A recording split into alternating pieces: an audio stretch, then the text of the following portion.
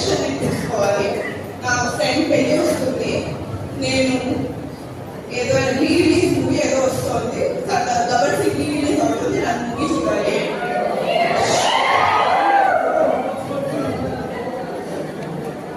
తర్వాత నేను ఒక నావెల్ చదవాలి. నేను ఇందాక చెప్పిన ఇంకో నావెల్ నేను ఫినిష్ చేయలేదు. I need to finish that.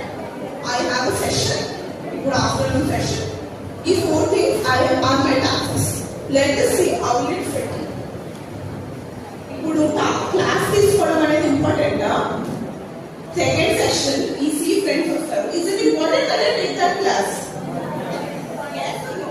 Yes. Is it urgent?